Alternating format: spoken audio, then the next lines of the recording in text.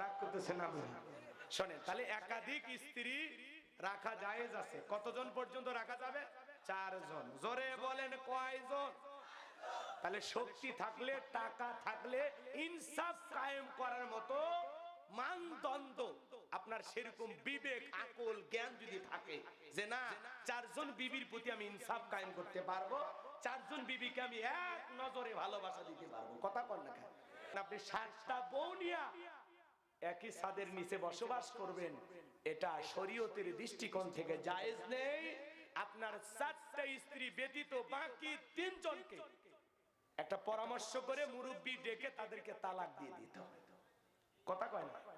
তাছাড়া এই 4 জনের পরে 5ম, 6ম এবং 7ম স্ত্রীর গর্ভে যদি সন্তানও জন্ম নেয়, সবগুলো সন্তান হবে অবৈধ, যার সন্তান।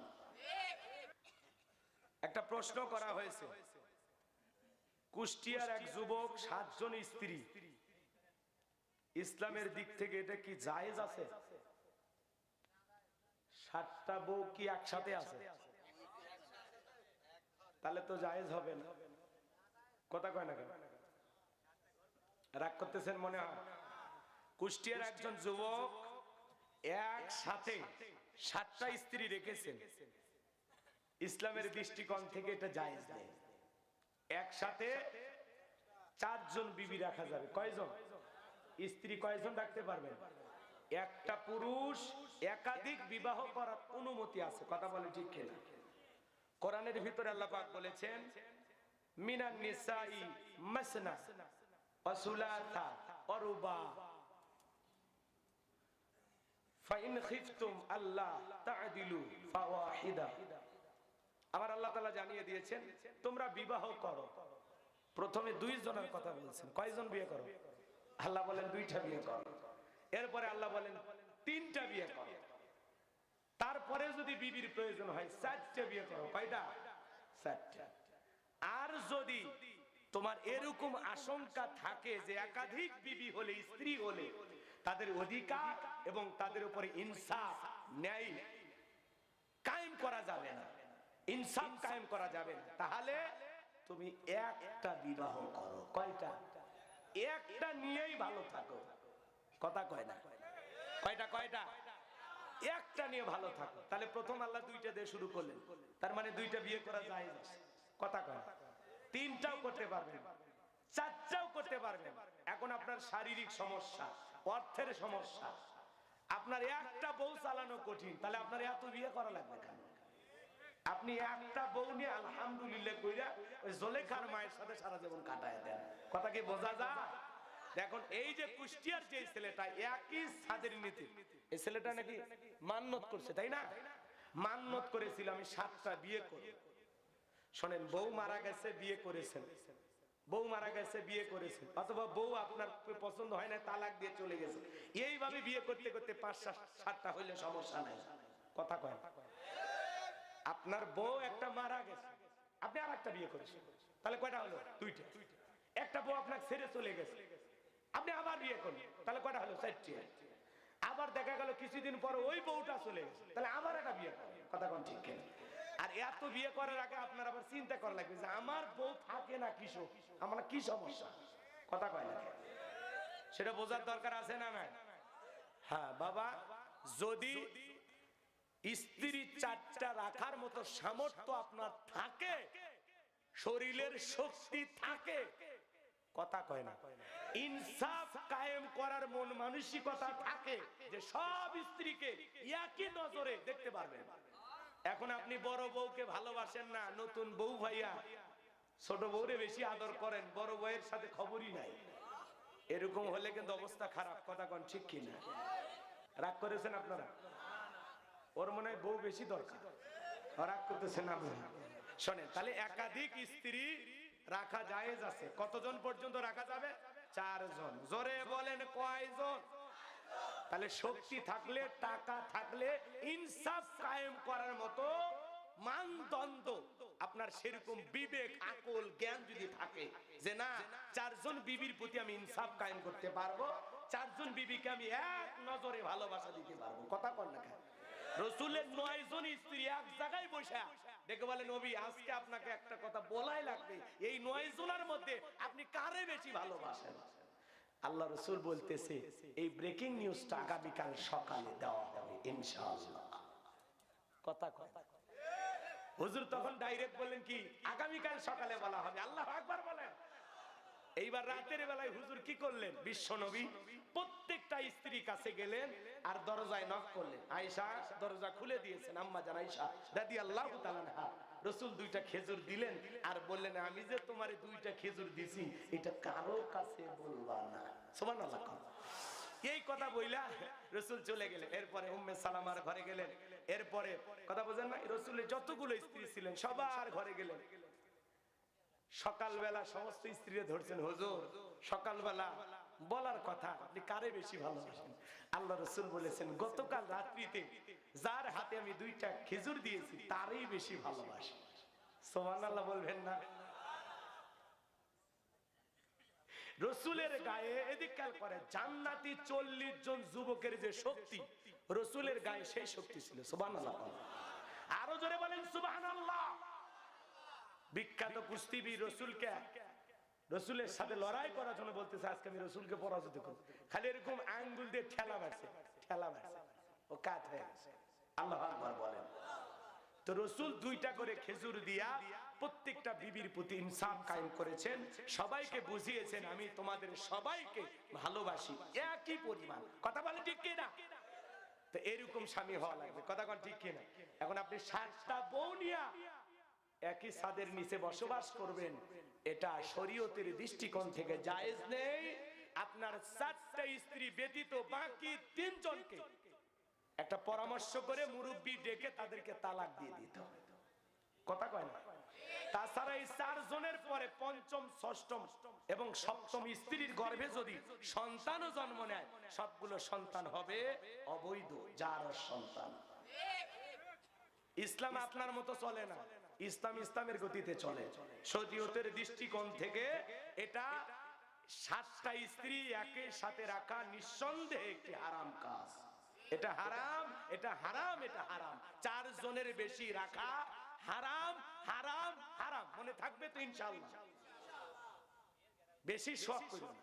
আমার এলাকায় এক চাচা 4টা বিয়ে করছে। কি করছে জানেন? 4টা বিয়ে করে 4 বউকে ঢাকা গার্মেন্টসে পাঠায় দিচ্ছে। ওরা বেতন তুলে চাচার বিকেশে ঢুকায় আর চাচা সারাদিন ওটাতে জুয়া খেলে। তো এই বিয়ে করার কোনো দাম নাই। কথা কোন ঠিক কিনা? আল্লাহ হেদায়েত দান করুক। জোরে বলুন আমিন। তাহলে 4টার বেশি স্ত্রী একই সাথে রাখা জায়েজ। মনে থাকবে তো ইনশাআল্লাহ? আল্লাহ কবুল করেন। জোরে বলেন আমিন। তাহলে কুষ্টিয়ার যে ভাই ঘটনা ঘটেছেন বিনয়ের সহিত বলবো আপনার 4 জন স্ত্রী রেখে বাকি 3 জনের ব্যাপারে আপনি অতি দ্রুত সিদ্ধান্ত গ্রহণ করুন।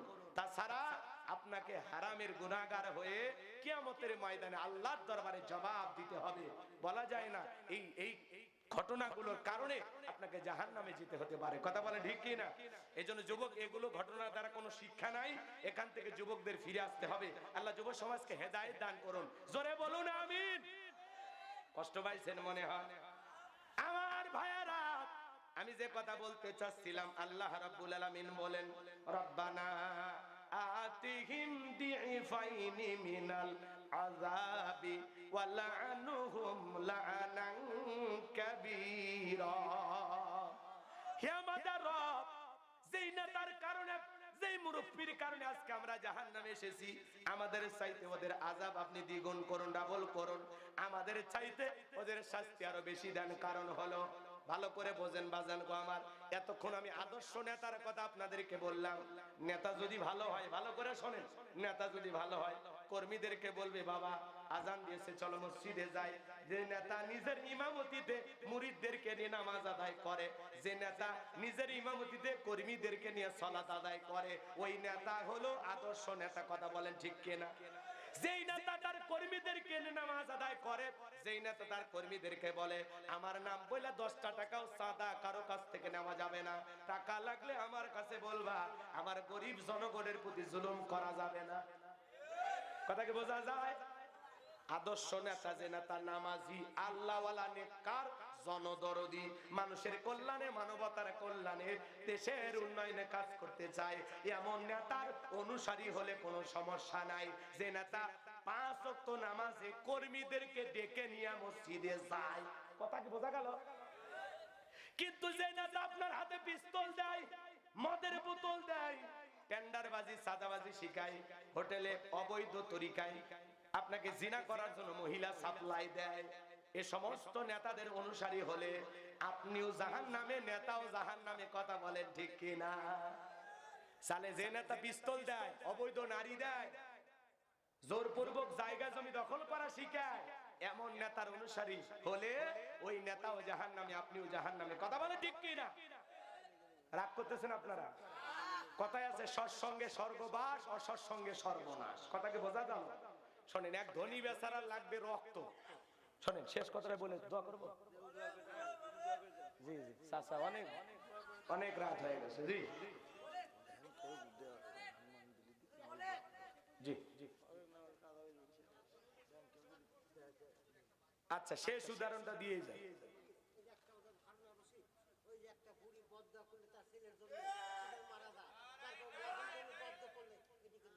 এটা বলা লাগবে না? আচ্ছা ঠিক আছে। চাচা রাইট নাকি? লিল্লাহি তাকবীর। আচ্ছা হোক, যাক, একটা শ্রোতাটাও আগ্রহ খুব বেশি দেখালো। আপনারা ঘুমান, বালিশ আনতে বলবো? দুঃখিত, আপনাদের স্ত্রীদের নাম্বার নাই। থাক, এদিকে খেয়াল করেন, কষ্ট পাচ্ছেন আপনারা না? আচ্ছা হোক, শোনেন, এখানে বক্তার দোষ দিয়ে কোনো লাভ হবে না, কারণ এত রাতে কেউ অসম্ভের চায় না, সেটা আমাদের জানা আছে। কিন্তু পাবনার কিছু জায়গায় আমরা এগুলো প্রোগ্রাম করতে বাধ্য হই। এই প্রোগ্রামটা যদি 12টায় শেষ হয়ে যায় তো সবাই শান্তি পাইবে। শিল্পী নিয়ে আসছেন, একজনকে মাগরিব পরে তুলে দেবেন, আর এক ভাইকে এশা পরে তুলে দেবেন, আমার দিবেন 10টায়, কাহিনী শেষ। কথাকে বোঝা গেল? 10টায় দিলে কালেকশনও ভালো হইতো। আচ্ছা এদিকে খেয়াল করেন, কষ্ট হচ্ছে আপনাদের? শোনেন, চাচার আবদার আমি রাখবো। শোনেন, এক ধনী লোকের কি লাগবে? ব্লাড লাগবে। কথাকে বোঝা গেল? এলাকার অনেক লোকের কাছে খোঁজাখুঁজি করলেন, কিন্তু রক্তের গ্রুপটা এমন দামি, কারো রক্তের গ্রুপের সাথে ম্যাচিং হয় না, মেলে না। এইবার এক কৃপণের সাথে রক্তের গ্রুপ মিলে গেছে। এইবার কৃপণকে বলতেছে এই ধনীকে বাঁচাতে 3 ব্যাগ রক্ত দেওয়া লাগবে। কৃপণ বলে আমি ঠিক মতো ভাতই খাই না, আমি রক্ত দেওয়ার মানুষ। কথা কয় না? এই যুবক, এদিকে শোনো শোনো, হয়ে গেছে বাবা, শোন, বিরক্ত দিও না। কেন মাহফিলে এসে মারামারি করা লক্ষণ ভালো না বাবা। পেটের মধ্যে তাহলে কি করছো? ভদ্র ছেলে হল, এদিক শোন, মা বাবার একটা সম্মান আছে না? ভদ্র ছেলেরা মারামারি করে না। এদিক শোনে, এইবার কৃপণকে জোর করে ধরে নিয়ে যায় হাসপাতালের বেডে শোয়া, 3 ব্যাগ রক্ত তার শরীর থেকে নেওয়া হয়েছে। এরপরে ধনী বেচারা 3 লাখ টাকার একটা চেক লেখা কৃপণের হাতে দিছে। কৃপণ বলতেছে এই চাচা কে এতে? তুই ঝামেলা বা। আচ্ছা এদিকে খেয়াল কর, এইবার কৃপণ বলতেছে এটা কি? কয় 3 লাখ টাকার চেক। কয় 3 লাখ টাকার চেক, আরো 3 ব্যাগ নেন। কয় না আপাতত লাগবে না, যদি লাগে টেলিফোন করা হবে। কয়েক মাস পর ধনী বেচারা আবারও রক্তের প্রয়োজন হলো। এইবার কৃপণকে টেলিফোনে, হ্যালো। কৃপণ বলতেছে কে? কয় আমি ওই সেই ধনী মানুষ। কয় আপনি কোথায় আছেন? কয় আমি পাবনা সদরের শেফালি হসপিটালে আছি। কয় আপনি থাকেন, আমি আসতেছি। এই কথা বলে রুগী আসার আগে কৃপণ বেডে শুয়ে রক্ত দেওয়া শুরু করছে। এইবার 3 ব্যাগ রক্ত দিয়েছে। ধনী বেচারা দিয়েছে মাত্র 10 টাকা, 2 টাকার নোট, তার 3টা ছেঁড়া আর 2টা কোনো মতে মাজা সোজা করে দাঁড়িয়ে আছে। এই 10 টাকা কৃপণ পায়া বলতেছে হাজদামি করেন, এর আগে 3 ব্যাগ রক্ত দিলাম, 3 লাখ টাকা দিলেন, আর এইবার 3 ব্যাগ রক্তের দাম মাত্র 10 টাকা।